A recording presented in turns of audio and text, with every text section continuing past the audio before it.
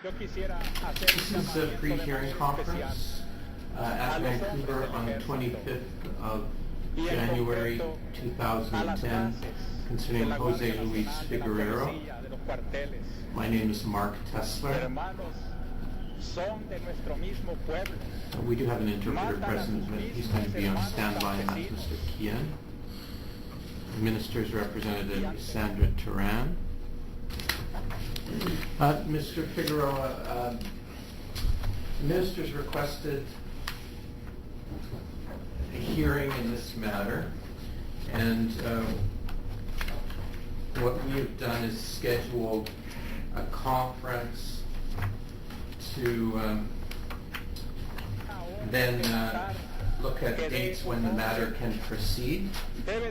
Now, you've received from the minister a large package of documents. Have you decided whether you're going to get counsel for this hearing? Well, I think, first of all, I have to say that back in 2004, there was there were two decisions made on this case, on this matter. There was the pre-assessment removal risk assessment. Risk assessment. That was one thing, and we already had presented an application for a section on humanitarian grounds back on 2004, and on July 12, 2004. We were informed of both decisions. The pre-assessment that was on the conference or the hearing that we had for an immigration case, it was denied, but the exception on humanitarian grounds was approved by Officer King Hidalgo. And at that time, we were still being represented by a lawyer, which was Peter Lowry. The person on that matter was his name was Crossenberg. I have to go through the papers. But anyways, at that time, when this was handed in to us, to my wife and I, the humanitarian grounds, the lawyer congratulated us in the matter that it was going forward. From that time on, we started getting mails from immigration requesting stuff like passport, updating and stuff like this. So you made an application for permanent residence? Exactly. Okay. So the application has been going through, and we didn't see that we needed a lawyer since then. Yeah, we haven't had any lawyer representing us in this matter, and so until the process has kind of been stuck in different stages. Back in 2004, it advanced. They were asking for different things, and we have documentation on like medical exams and stuff like that. Then on July 2007, they restarted sending us more requests about the medical exams. At one point it was already expired, so they requested more stuff in order to process this application, and they continue doing so. Application for medical exams, renewed passports, criminal checks, and all that stuff. Then the process of this application had been kind of stuck again until last year, when we received actually we never received a letter from Officer Ward Hinton. He called home, and I was working in Pastor Carl's farm, helping him. And then we received a call from him, and then he set up an interview with him on July 6th. That was when we had an interview. So, to my surprise, there were so many questions relating my involvement with FMLN, and after that we received this review that he had made a report to the minister. To me, it has been kind of a surprise because we have been here for 12 years, almost 13 now, and this is the first time that we hear about an inadmissibility issues, stuff that, on my opinion, they should have been dealt with if they had an issue. I have to point out, sir, that ever since I came into Canada at the border, I never lied about me having had a relationship with FMLN. Okay, so I anyways, understand you're not happy about this hearing. But no, it's not that, no, sir. It's not that I am not happy. My concern is that there have been many years, and there's an issue that had come up that never came up before, and that's one of the main things that I'm saying. And this is, I'm telling you that since 2004, we didn't think about having a representative of a lawyer. It was costing us a lot of money at that time. We paid about almost $5,000 in order to apply for the humanitarian grounds on lawyers' fee and stuff, so we didn't have any representation. I talked to the pastor where the church that we go, and we asked him to represent us in this matter, because for me, it wouldn't be easy to represent myself if I don't have a background and to put it this way, my ideas about how the things have been going. Okay? It seems to me, sir, is that Sir, your name, sir, is Carl Keller. Carl Keller. I'm the pastor of K-E-L-L-E-R? K-E-L-L-E-R, Carl with K. And the letter in May, in 2004, indicated that in 9 months, this process would be complete as long as you provide these issues. So he provided those issues, except one, in that he had, excuse me, he had to wait until his wife, being pregnant, was not allowed to have an X-ray according to the doctors. And so he wrote them back and said as soon as that the birth takes place, he would, and an X-ray would be allowed. That would be. Otherwise, all the information was done. What happened for those 9 months? Yeah, well, everybody who applies for permanent residence has to go through a screening process. Part of the screening process is security screening. Yes. At some point along the way, obviously it's been recent, the minister has decided that in the minister's opinion, Mr. Figueroa is inadmissible on security grounds. So that brings the application for permanent residence to a halt until this issue is decided. Okay. And it's not decided by an immigration officer, it's decided at a hearing. Yes. And this is that hearing. Okay. So the hearing is going to take place. Sure. The issues now that we're looking at is when it's going to take place and whether Mr. Figueroa is going to have counsel to represent him. And as well, if you look at the first package of documents, and you see it starts with, it says Volume 1. Can you find Volume 1 there? Volume 1, yes. Okay, so if you turn to page 3. You mean the page 3 or? Page 3 of tab, it's up tab, That's the report. tab 3, page 3. That's the report from the. Yeah, that's the report.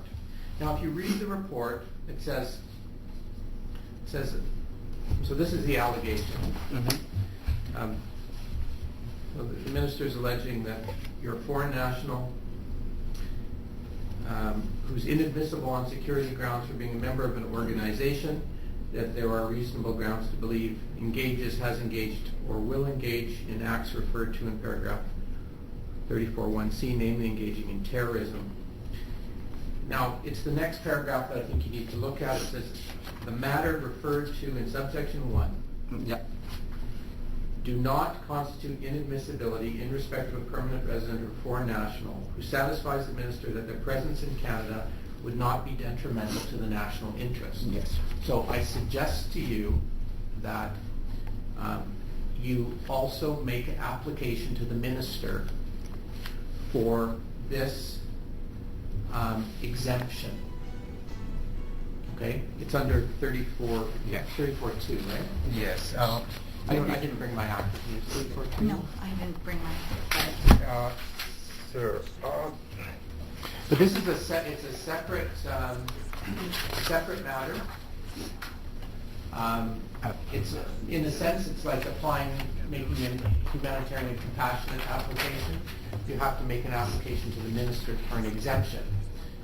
So it would be different because we presented this back in July 2004. Completely different. It's totally different. Okay. Totally different, and you have to apply under this section. For exemption under which section? 34. Well, let me just go get my immigration legislation. 1 second. 34. Here, we're Sorry. resumed here. So I just provided Mr. Figueroa and Mr. Keller with a copy of 34, section 34, and which includes 34.1 and 34.2, which is the minister's exemption. So you haven't spoken to counsel yet, to a lawyer about this proceeding. No, he is my lawyer. So you want him, He you want will Mr. be Keller my- to represent you in Yes. this hearing? Okay. And Mr. Keller, you're not getting paid for this, correct? No, Okay. no. And I am not a lawyer, as you obviously know. Okay. I'm the pastor of a congregation. Okay. So it never hurts in these proceedings either to speak to somebody, to speak to a lawyer in advance, just so you can get an idea of how the proceeding will go ahead, and maybe to get a bit of advice. And you can often get that for free, you know. But in any case, Does that mean we would go to legal aid? Is you that- can call legal aid and see whether they'll assist. You could also call Mr. Larley and see if he could even just speak to you for... Continue on this matter. Yeah, if you could just speak to him for a short while about it. Just some ideas about how to get some legal advice. So in any case, the way this works, it's like a little trial. Mhm. So the minister has the burden of establishing that the allegation is true. The standard of proof is not very high. It's a standard called reasonable grounds to believe. So the minister has to establish the facts Yes. to that standard. So the minister is going to be presenting, obviously, this evidence, Yes. and it's been provided in advance to Mr. Figueroa, and also to this tribunal. The hearing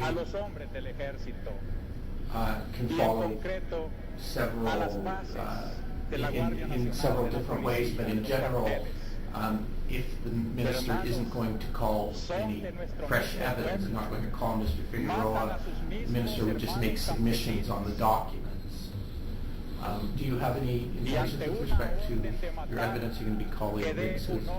I don't believe I'm going to be calling Mr. Figueroa at this time. So you think you'll just be relying on your documents? That's correct. Well, So, with regards with this, because we received all of these documents, and in enough point, like there are kids involved in this, and there is the interest are in being or would be affected by a decision of the minister, and we don't see on this document referring to some conditions. Like my son, he was diagnosed with autism back in 2002. Since then, my wife have been working with him. Like I've been the only one providing for the family, and my wife has been taking care of him and at school. And we don't see much information about that. okay, so Mr. Figueroa, Yes. this is absolutely not a hearing regarding humanitarian and compassionate grounds to allow you to remain. It's simply, the hearing simply concerns establishing The report. the facts in the report. Okay. So the hearing's going to cover whether you're a foreign national and whether you were a member of an organization that there are reasonable grounds to believe has engaged or will engage in terrorism. Okay, so all of those membership, terrorism, organization, all of those are legal terms for which there's case law. The minister has to establish that all of those facts in your case fit into legal definitions of those of the language in the allegation. Yes. And then the member makes a decision. So your life in Canada, your family life, your work life, all of that's irrelevant for this proceeding. Okay. Now you can use as part of your application to the minister. Oh, so that he can go For the exemption. Yeah, for the exemption, yes. Okay. And I think it's very important. Mm-hmm. I think that for that exemption application, you may really want to get a lawyer to assist you to prepare that application. If you're not going to use a lawyer for this proceeding, but at least for the exemption application, because it's going to be they're going to write a letter to the minister. Yes. Okay? So it's going to contain information. So you want to get the right information before the minister. Yeah, because referring to the report, like on analyzing this, Mr. Ward Hinson, he made so many statements, as for instance, that myself, I am a foreign national who has not been authorized to enter into Canada. And back on May 2004, actually we arrived to the border with Canada, and we were provided 2004. 1997. Yeah, sorry. Back in 1997, when we arrived into Canada, we got to the border. We made the application for the refugee claim that we made there. Then we were returned back to the States, where we stayed for some days until May 6th. On May 6th, they issue a document that authorized us to enter into Canada for further examination. And in this case, I'm trying to see, like, he is stating that I was not authorized to enter Canada. There are documents that indicate that yes, we were authorized to enter Canada. Well, I'm sure for that issue, the minister will have a response. Okay. Okay. So I don't want to get into issues of substance here today.